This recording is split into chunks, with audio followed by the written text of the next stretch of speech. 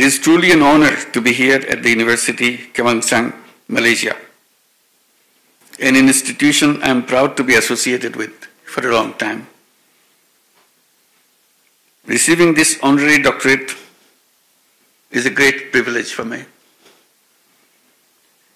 I accept this not for myself alone, but on behalf of the people of Bangladesh, whose courage, strength, and hope to continue to guide my way forward. This recognition reminds me of my responsibility to work for the dreams of our young people in Bangladesh. Last year, many of them stood up bravely against a fascist regime in Bangladesh.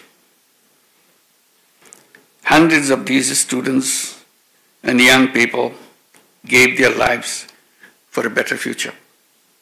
A future where everyone can live with dignity, with freedom from intimidation, discrimination, and injustice. Ladies and gentlemen, the youth-led uprising in July and August 2024, just about a year back, has given me new meaning to our national identity and hopes for the future. Today we are working to build a new Bangladesh, where governance is just, economy includes everyone, and each person has a fair chance to make a contribution to the world. Our government is focused on ensuring peace and stability. We are committed to strengthening democracy and giving power back to the rightful owners, the people of the country. Reforms are our top priority.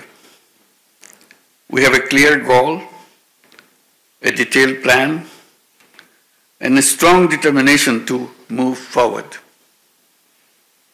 to build a stronger, resilient Bangladesh. We need big changes in our economy. This includes supporting entrepreneurs, turning everybody into entrepreneurs, investing more in education and technology, and working closely with our international and our regional partners, such as our dear friend Malaysia.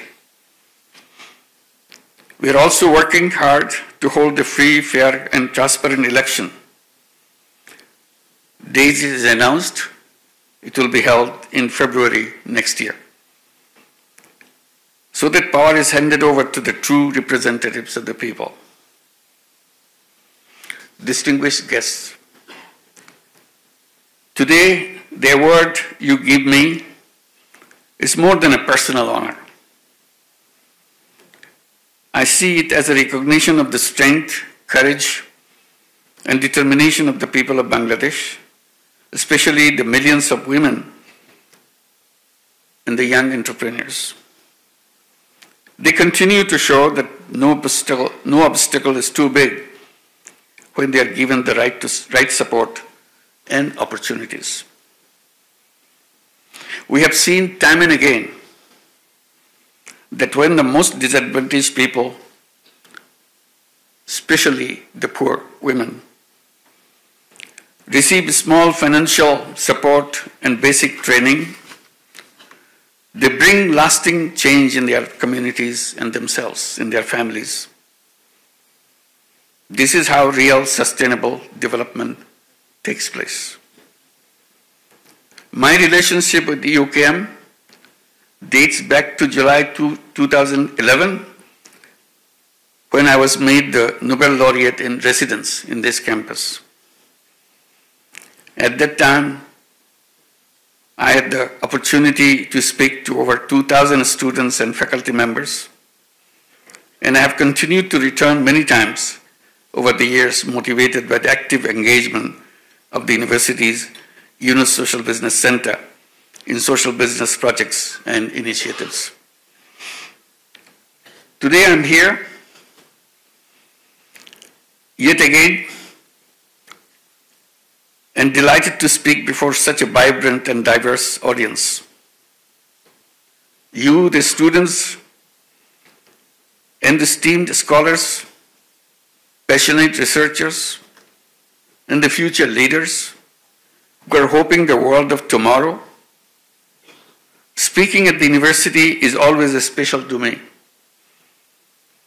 I feel a strong connection in young minds, full of questions, full of ideas, and a deep desire to make the world a better place for all. And these ideas can come from anywhere, from the young people, be it Malaysia, be it Bangladesh, or be it any country in the world, wherever human beings live.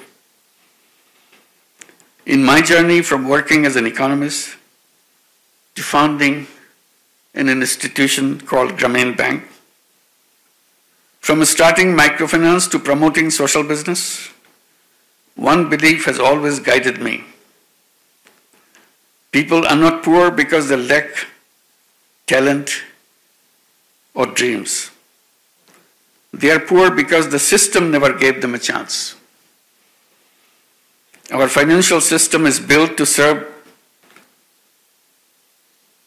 the poor. Our financial system is built to serve the rich, not the poor. That simple truth led me to try something different. I created a system where even the poorest person could get a small loan, start business, and change their life. It began with just a few women in a village next door to my campus, but the smallest step turned into a global movement. Microfinance has helped millions of people around the world. It showed us that poverty is not a permanent condition. It can be resolved very efficiently in a timely way. From this journey, I learned something important. Every human being has incredible potential. But whether that potential grows or stays hidden depends on the system around us. That's why I always tell young people, don't just look for a job, create jobs. You are a job creator, you're not a job seeker. The world doesn't need more employees, it needs more entrepreneurs, problem solvers, dreamers who will create new opportunities, not only for themselves, but for the rest of the world. So why wait for a job? Why not create one? Why not start something that helps your community? Whether it's healthcare, education, farming, or technology.